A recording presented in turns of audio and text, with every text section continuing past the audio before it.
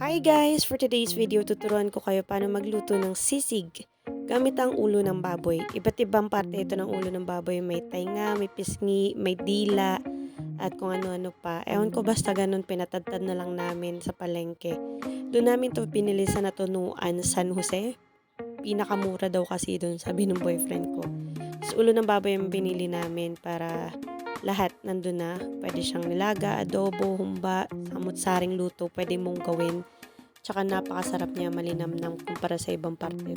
At ang una nga pong gagawin ay ipirito muna natin hanggat sa medyo maging crispy at kita nyo sa kulay, medyo brown na sila. Halu-haluin lang para hindi gaanong dumikit sa kawali. Ganyan na po yung itsura niya at pwede na natin siyang ahunin. Hindi po siya totally lutong-luto kasi lulutuin pa din naman po mamaya. Kumbaga pinakrispy lang natin ng kaunti.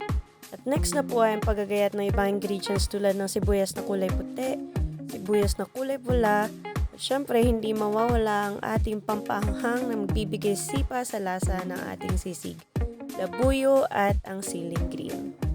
At para nga magmukha ng sisig ang ating lulutuin, gagayatin din natin yung karneng pinirito natin kanina. Ready to cook!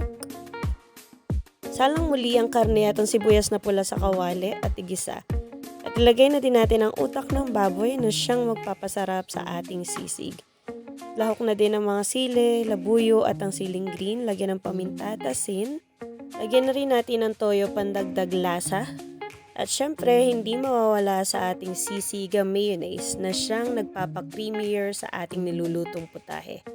At last nating isasawag ang ating white onions para magmukha na talaga siyang sisig. At ready na nating ilipat. Kuha na ng isang bote ng 4 at pulutanin. Charot! Pwede natin siyang papakin or iulam sa mainit na kanin. Sana may natutunan kayo and thank you for watching!